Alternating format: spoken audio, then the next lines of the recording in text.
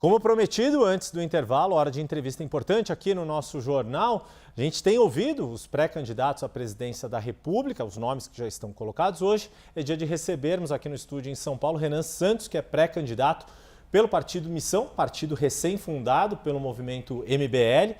Larissa Rodrigues está comigo nessa jornada aqui, direto de Brasília, aqui no telão. Pré-candidato, vou chamá-lo assim, muito bem-vindo aqui, um prazer recebê-lo, como a gente tem tido essa oportunidade de ouvir os candidatos. Quero começar, já que estamos a 2 dias de uma semana, 2 dias depois de um evento político importantíssimo que aconteceu, dado o ineditismo, a rejeição de um nome indicado ao Supremo Tribunal Federal, e com essa perspectiva de que, eventualmente, esta vaga que foi deixada por Luiz Roberto Barroso só seja preenchida quando um novo presidente for escolhido. Então, quero ouvi-lo sobre este assunto.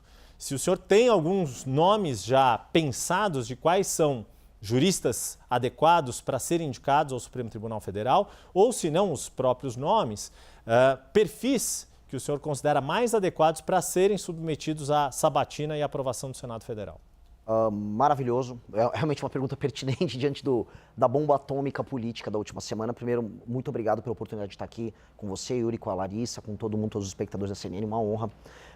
E sendo direto na resposta, nós precisamos de um perfil legalista, que não defenda os princípios conhecidos como neoconstitucionalistas, que é o que o próprio Barroso defendia, que é a ideia de que um dos ministros do Supremo tem que inovar, né? Sair da linha de ser um jurista que analisa a Constituição e criar leis a partir das suas decisões. Isso criou boa parte das distorções que a gente vê na relação entre judiciário e legislativo. Então, figuras que defendem uma perspectiva clássica por parte do judiciário é o básico, sem escritórios de familiares ligados a eles, sem vontade de participar do debate público, altamente discretos, nenhuma vaidade, nenhuma vontade de aparecer em redes sociais. Isso já é uma base, e obviamente o passado ilibado. Isso é a base para alguém participar de uma Suprema Corte minimamente saudável.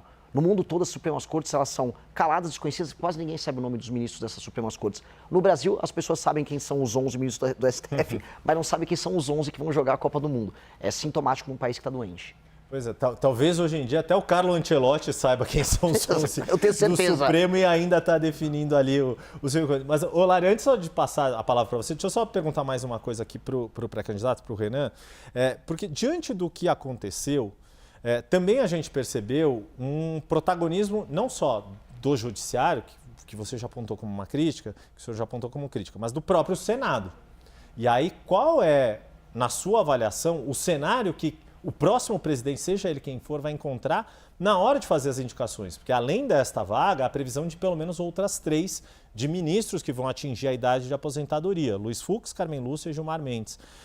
Como é que, na sua avaliação, vai ser vai se exigir do futuro presidente articulação política para trilhar um caminho viável para aprovação, porque no fim das contas é disso que se trata, indicar um nome que tenha a viabilidade de ser aprovado pelo Senado que for eleito em outubro deste ano. Yuri, a gente tem uma guerra institucional. É uma guerra institucional entre legislativo e judiciário, pelos motivos mais diversos, e por vezes a gente vê alianças entre eles. O que mais se comenta é uma aliança entre uma parte do STF e parte dos senadores, ontem pela derrubada, anteontem, pela derrubada do Messias, somado também à derrubada da CPI do Banco Master. Tá? A CPI do Banco Master, ela seria na prática um problema para ministros do STF e para membros do Senado. Basta ver que o Alcolumbre ele está envolvido, a começar pelo barrigão dele, com o escândalo do Master. O Alcolumbre é uma figura que tem muito medo dos desdobramentos. Basta ver a questão previdenciária do Amapá. Né? O Amapá comprou, através da sua previdência, títulos nem um pouco limpos do Banco Master. Então, há também nomeações na CVM que envolviam indicações do próprio Alcolumbre. Então, você tem uma relação de tensão e de aliança entre o STF e o Senado. E, na verdade, Poder Executivo, Legislativo e Judiciário, hoje eles estão em conflito nas atribuições, mas unidos na luta pela impunidade. Então é meio paradoxal. Às vezes eles vão se unir e às vezes eles vão se separar. Qual a função do próximo presidente da República? É alguém que tem que ter autoridade e projeto de Brasil. Projeto de Brasil e saber o que quer. Olha, eu vou chegar lá, primeiro dia eu vou enfrentar o crime organizado, eu vou fazer um pacote de reformas fiscais e eu vou diminuir o poder do Centrão. Essa é a minha plataforma. Sei qual é a minha plataforma, sou uma pessoa limpa, aí eu tenho como prerrogativa resolver essa briga institucional entre os poderes. E colocar na caixinha, o judiciário onde precisa ser colocado na caixinha, usando o Congresso e colocar o Congresso na caixinha quando necessário. Um exemplo claro, o Flávio Dino, que é uma figura política que está do outro lado né? Eu não concordo com ele nas premissas dele. Ele está fazendo um trabalho que é importante em fiscalizar as emendas parlamentares de boa parte dos corruptos, dos bandidos que controlam o Centrão. Pois bem, não teria problema algum em me aliar com o Flávio Dino no enfrentamento político aos crimes que são cometidos usando parte do orçamento brasileiro. Mesma coisa me aliar com o Senado quando for para colocar o STF na caixinha. Larissa Rodrigues, o pré-candidato Renan Santos te escuta aqui. Tudo bem, pré-candidato? Boa tarde, obrigada por aceitar nosso convite. O senhor tem uma força muito grande nas redes sociais, né? Muitos seguidores e tem sido o seu principal canal de comunicação com o eleitor.